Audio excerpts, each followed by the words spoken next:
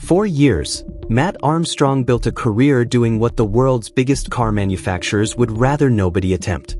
He bought wrecked supercars, bypassed impossible obstacles, and forced corporate giants like Bugatti and Ferrari to sit up and take notice. But his most surprising move yet isn't happening in an insurance salvage yard. Behind the scenes, Toyota has been paying attention. Why is one of the world's largest, most dominant racing automakers watching a British YouTuber so closely? From their massive Formula One expansion in 2026 to their legendary dominance at Le Mans, Toyota Gazoo Racing is changing their entire strategy, and Matt Armstrong might just be the perfect piece to the puzzle.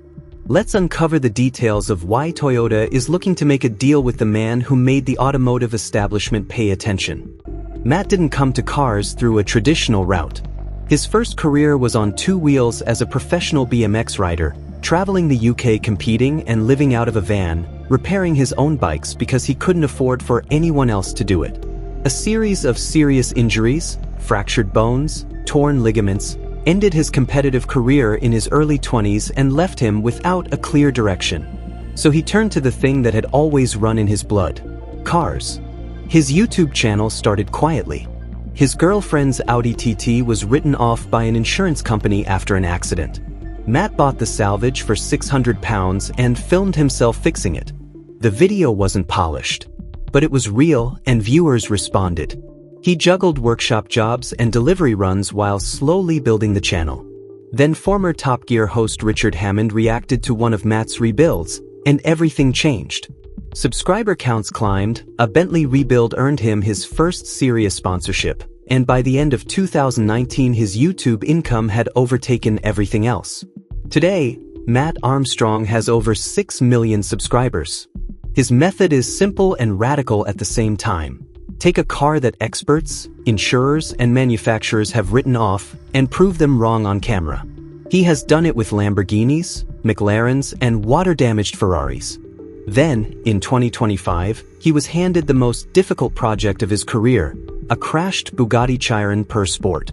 The Per Sport is among the rarest road cars ever built, one of just 60 examples, engineered specifically for cornering performance over outright speed, with a fixed rear wing, revised gear ratios, and a firmer chassis tune. This particular car was owned by entrepreneur and content creator Alex Gonzalez, who lost control of it in a crash. Carbon fiber panels were destroyed. The front structure was heavily deformed. Even the quad-turbocharged W16 engine had absorbed a violent impact. After insurance paid out, Alex did something almost no one expected. He bought the wreck back for approximately $1.9 million and handed it to Matt. Bugatti's response was swift and unambiguous. In the manufacturer's view, a seriously damaged Chiron belongs in Molsheim, France, where factory-trained technicians with proprietary tools and exclusive software assess the damage and perform the repair. The official estimate for fixing Alex's Chiron: approximately $1.7 million, on top of the $1.9 million already spent to reacquire it. Matt and Alex decided to find another way. What followed became known as the French Wall. Bugatti locked the car's VIN. In the modern automotive ecosystem, the vehicle identification number is not just a serial number. It is a digital key. Without an active VIN, factory diagnostics become inaccessible. Official spare parts cannot be ordered through authorized channels. The car is effectively excommunicated from the manufacturer's world. Bugatti's CEO publicly stated that only factory-authorized repairs could guarantee the structural integrity and safety of a Chiron. The message beneath the statement was clear: this rebuild had no legitimacy. Matt was now doing something that went beyond fixing a damaged hypercar. He was challenging the assumption that manufacturers have the right to control what happens to their cars for the rest of those cars' lives. With official parts unavailable, the team got creative. Extensive research revealed that some of the Chiron's components were shared with far more ordinary vehicles. The knee airbag module, for example, was identical to one used in the Audi A3. The steering wheel airbag assembly could be traced back to an Aston Martin DB11. These parts could be sourced through normal channels, no VIN required. For components unique to the Bugatti, the team used three-dimensional scanning to map the damaged areas, Compare them to undamaged sections on the opposite side of the car, and recreate what was missing using CNC machining, fabrication, and welding. They built custom radiators from scratch. And then came the engine. The W16 is not an ordinary performance engine. It is a quad-turbocharged 8.0-liter masterpiece of mechanical complexity, the kind of power unit that almost any working mechanic would consider untouchable without factory support. When the team finally pressed the start button after months of work, the Leicester workshop fell silent. Then the engine fired. That thunderous roar echoing off the workshop walls was more than the sound of an engine running. It was confirmation that the project was possible. The contrast with other manufacturers was stark. Ferrari, for decades, has cultivated one of the most lucrative after-sales ecosystems in the industry. Servicing, parts, maintenance programs, and approved repairs all feed back into a carefully controlled system. When the musician deadmau5 customized his Ferrari 458 and branded it in a way the company objected to, Ferrari pursued the matter publicly and aggressively.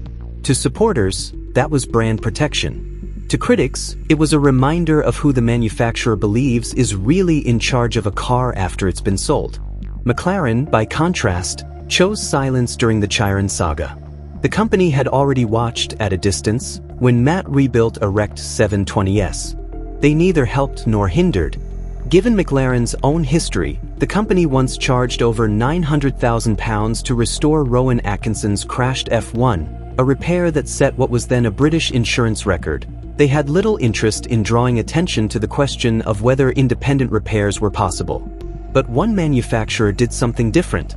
In April 2026, as Matt stood in his workshop surrounded by Chiron components, a package arrived from Sweden.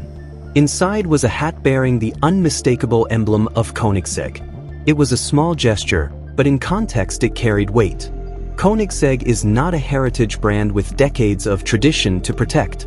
It was founded in 1994 by a 22-year-old with no corporate backing and a conviction that the industry's best wasn't good enough. The company built its reputation by doing what experts said couldn't be done. Sending that package to Matt Armstrong was an acknowledgement of a kindred philosophy. The gap between internet creator culture and top-tier motorsport engineering is closing fast. Toyota Gazoo Racing has proven with their driver programs, their engineering-led road cars, and their relentless racing presence that they understand the future of the automotive world. And Matt Armstrong has earned the right to operate at that exact same level. If this partnership goes where we think it's heading, it's going to rewrite the rulebook for the entire automotive industry. What Toyota Gazoo racing project would you want to see Matt take on first? Do you want to see him strip down a Le Mans hypercar, or build the ultimate GR rally machine? Drop your answers in the comments below. Don't forget to like, share, and subscribe for more deep dives. And click the next video showing on your screen right now. Trust us, you'll enjoy it. See you there.